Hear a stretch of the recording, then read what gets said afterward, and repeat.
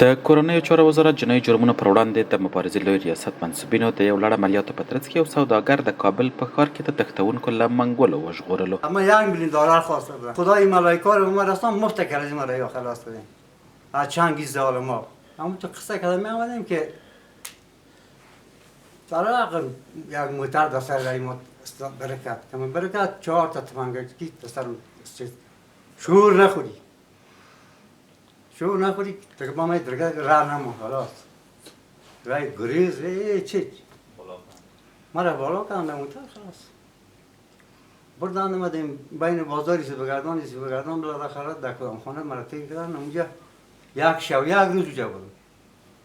بعد یک شب یک روز من صوبکی ملازم ساعتای گردن وستن است 4 بود یا 3 بجه از اینجا مرا نقل دادن بردن طرف کوتر بالاخره دست به دعا بدن خدا تو که ما کمک همین دعای ما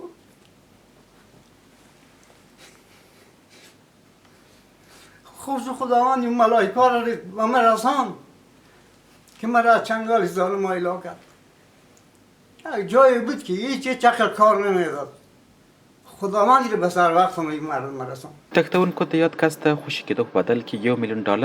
د کورنۍ څخه غوښتل چې د پولیسو د چټک خبرګون په ترڅ کې پرته له پیسو ورکولو او روغ رمټ د تښتونکو له منګولو وژغورل شو او خپلې کورنۍ ته وسپارل شو. کل اهالی و کل مردم از امارت اسلامی که در غم درد ما مردم بیچاره و مسکین همیشه شریک هستند و همیشه به درد ما خوردن. یک امنیت خاص و تامی که در ساحه و منطقه ما هست یم از برکت اینمی مجاهدین امارت اسلامی است.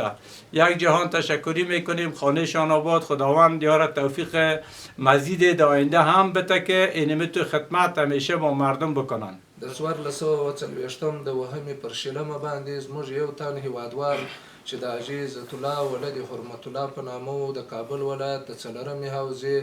د ترافیکو د چارایي څخه اختطافچانو اختطاف کوي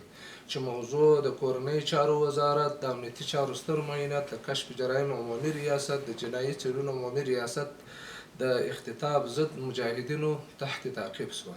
د تعقیب په دوران کې بیا 1440 د وهمې پر 15مه شپه 4 بجې